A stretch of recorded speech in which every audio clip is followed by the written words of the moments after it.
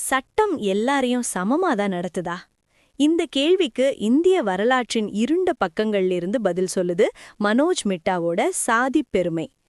கடந்த 200 வருஷமா சாதி வன்கொடுமைகள் நடந்தப்போ நம்ம சட்டமும் நீதிமன்றங்களும் எப்படி நடந்துகிட்டன?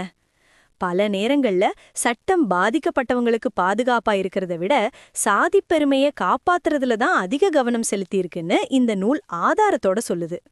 பிரிட்டிஷ் காலம் தொடங்கி இன்னைக்கு வரைக்கும் ஒரு சட்டம் உருவானாலும் அதை செயல்படுத்தின அதிகாரிகளோட சாதிய மனநிலை, காஸ்ட் பயஸ் எப்படி நீதி கிடைக்கிறதுக்கு தடையா இருந்ததுங்கிறத மனோஜ் மிட்டா மிக நுட்பமா ஆவணப்படுத்தியிருக்கார்.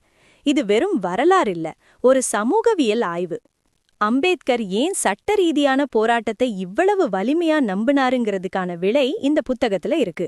நம்ம சமூகத்தோட வேர்கள்ல சாதி எவ்வளவு ஆழமா ஊடுருவி இருக்குங்கிறத உணர வைக்கும் ஒரு மிக முக்கியமான படைப்பு இது. உண்மையை நிதானமா தெரிஞ்சுக்கணும்னு நினைக்கிறவங்க கண்டிப்பா வாசிக்க வேண்டிய நூல் சாதி பெருமை. இத பத்தின உங்க கருத்து என்ன? கமெண்ட்ல சொல்லுங்க.